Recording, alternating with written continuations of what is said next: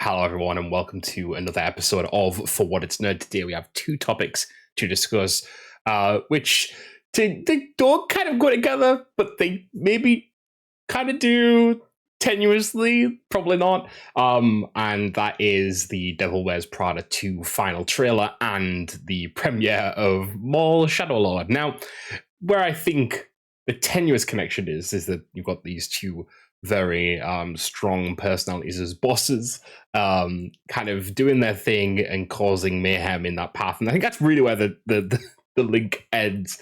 But it's just one of those weird weeks where you've got like two things that don't quite fit together, but you want to talk about both. And I suppose that's what this podcast has always been. You know, we're talking about the news of the week, regards film, TV, books, and sometimes that doesn't mesh super well. But I think that's always funny for like thumbnails, because then people look at the thumbnail and go, "Why is Miranda Priestley next to Darth Maul?"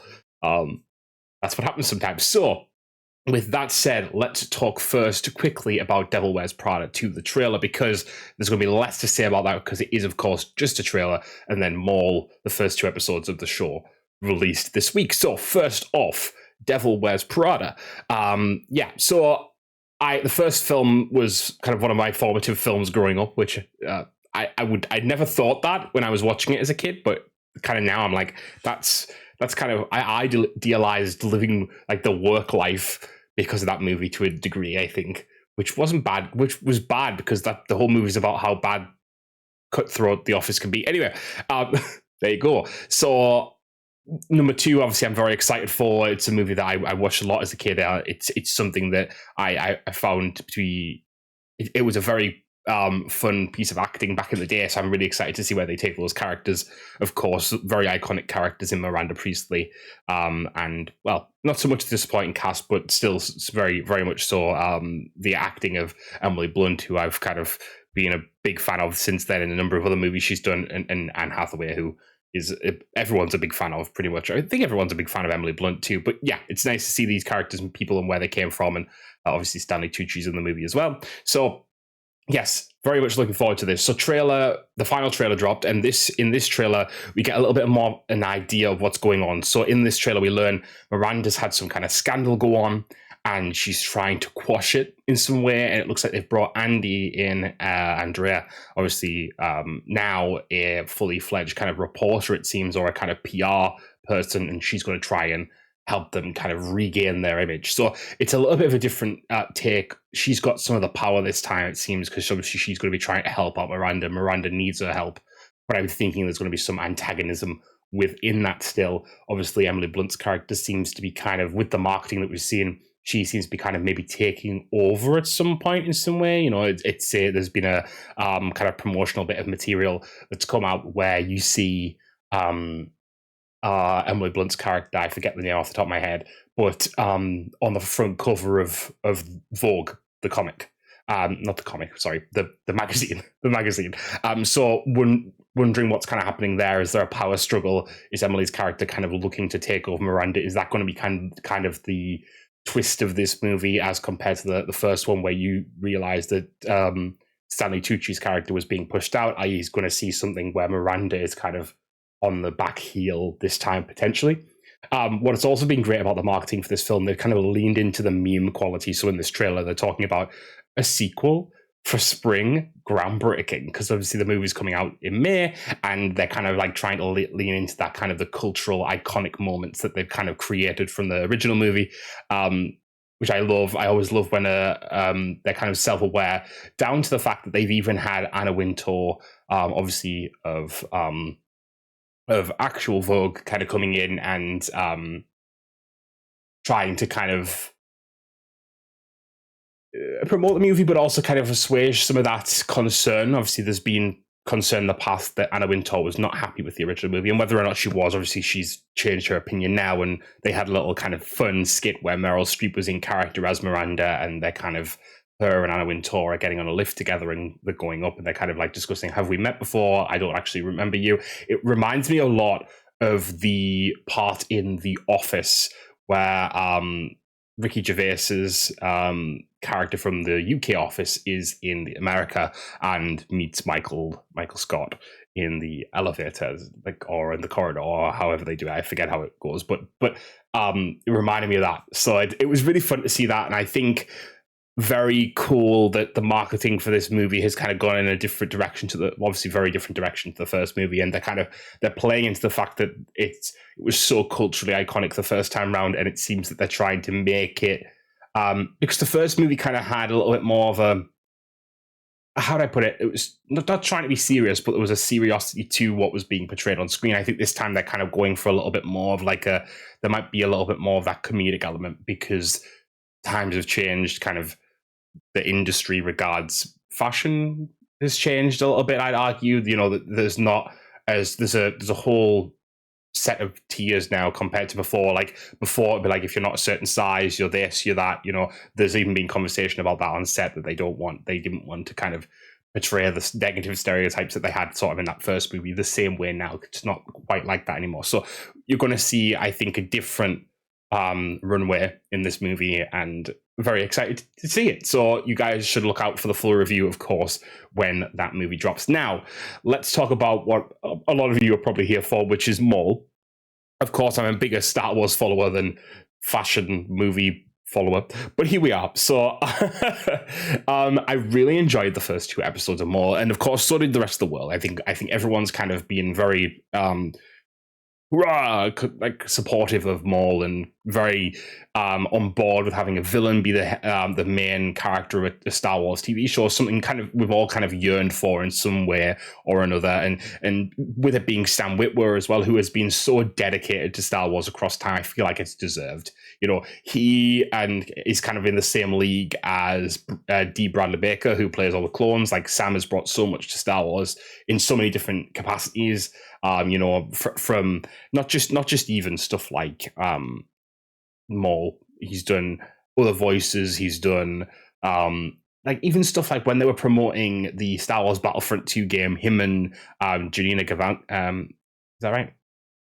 Gavankar? Is that? I'm getting the surname wrong, I think. But they were doing like weird obstacle courses pretending to be Inferno Squad for like promotional material. So he's always been up for something, of course, even as far back as playing Starkiller in the game. So he's kind of Star Wars in a way. He's like one of those actors. And so it's really nice to see him kind of get this role and be so in it and so dedicated to it, and kind of he deserves it. I think he Maul was always an intriguing character, but now he's a full-fledged character, and it's really nice to see that he gets this moment now in this show to breathe. And it's what I always say about Dave Filoni. I've come on here so many times, and I do berate Dave Filoni, and I do kind of give him some stick for the things he does regards canon on a wider scale, but he's come in again here, and of course he's kind of had to pull back from hands-on with projects, but he sort of has pushed them in the way that they're going with this project.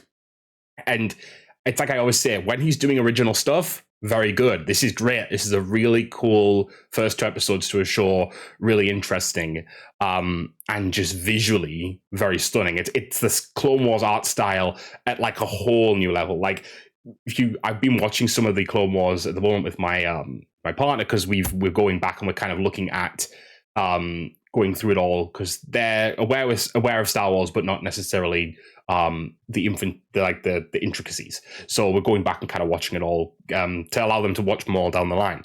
Probably not straight away, but soon.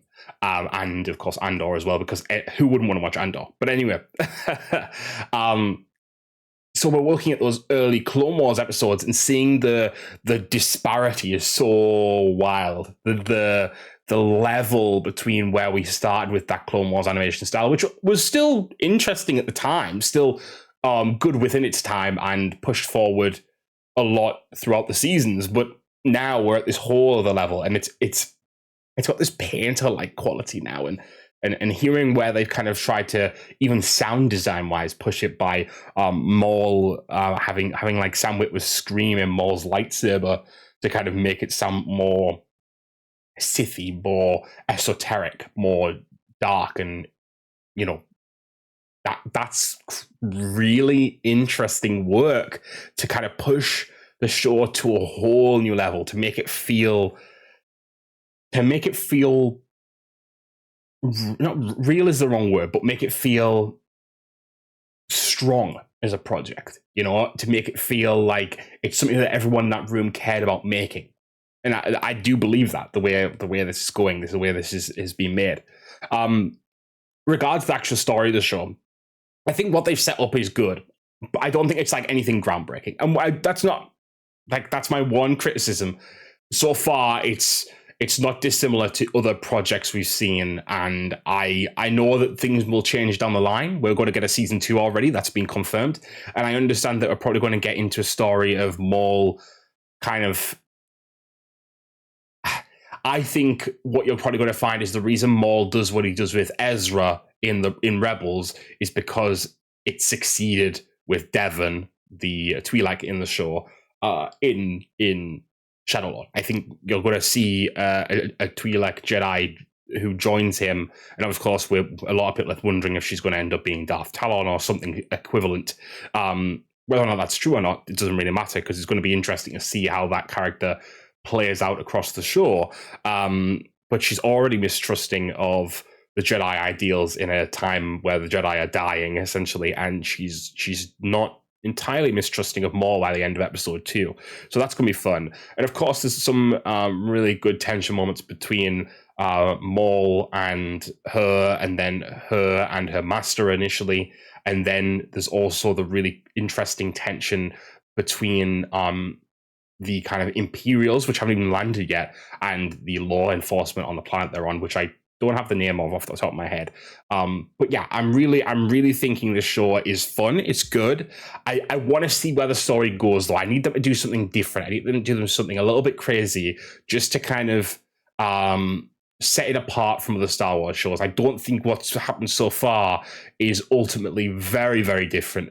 But I think Maul as a character makes up for that. The idea that we're going to get a piece of his history colored in makes up for that. The idea that we might get some kind of version of Darth Talon that's like a little bit more thoughtful, but equally as interesting, is obviously exciting as well. And then the idea that this animation style and the sound effects have so been elevated makes it so that really, if the story wasn't the best in the world, it wouldn't matter. It would matter, but the visual spectacle is kind of important here, and maybe just even slightly more important than the story in this instance, because I think sometimes you can get away with, if you've got a really cool character and they're doing cool things, sometimes the story can be a little bit more lackluster, and you can kind of get away with it. Personally, I'm a story person. I'm always have been. Visuals are important. So is good like choreography if you're doing bigger fight scenes, all that type of stuff. But I just think for this one, they're kind of showing their technical prowess. And that's something that Lucasfilm and Star Wars has always done, right? Even from the beginning, it was always about technical prowess. What can we push? What boundaries are we setting? What's the next goal? Where are we going to go next? So I kind of like give Star Wars a little bit of a pass if they can get spectacle right sometimes, because it's kind of what they've always done. George Lucas has always wanted to push the envelope that way, always wanted to push the envelope that way, and so does Lucasfilm. So what I'm trying to say is, basically, I think this is how I'd sum up Maul, is that I think it's good. I agree with everything that everyone's saying about Maul. I want to see that story expand a little bit more. I don't think there's enough of the story for me to give a full judgment on that yet. So we'll probably come back the week of, or after, should I say, May the 4th, and like the finale, and see where I sit then. Because those first 2 episodes don't give enough to say what's going to happen. Obviously, we know the Inquisitors are going to show up. We know shit's going to hit the fan. But how and why and what happens within that will be interesting to kind of pace out. And then make a final judgment on whether this was good, or, was it a 10 out of 10 like people are saying, or is it more like a 7 out of 10 because the story is somewhat traceable to what we've seen before? And I think that's where I stand. It's not that I dislike it. It's just that, is it going to feel not derivative even, but same-ish? And samey even sounds a little bit unfair, really. Just uninspired is not the word either. It's a hard one to kind of categorize, because I don't mean it in a negative way. Just, is it walking down a similar path to another Star Wars project we've seen before? And if so, that's fine, but I would like for it not to. I think that's fair to say. So that is going to be this episode of For What It's Nerd, guys. I hope you've enjoyed. I very much enjoyed talking about these things, as always. I am unsure what we're going to be coming back for next week. Sometimes I do forget what's on the docket, but we'll we'll get back and discuss it very soon. Until then, guys, bye-bye.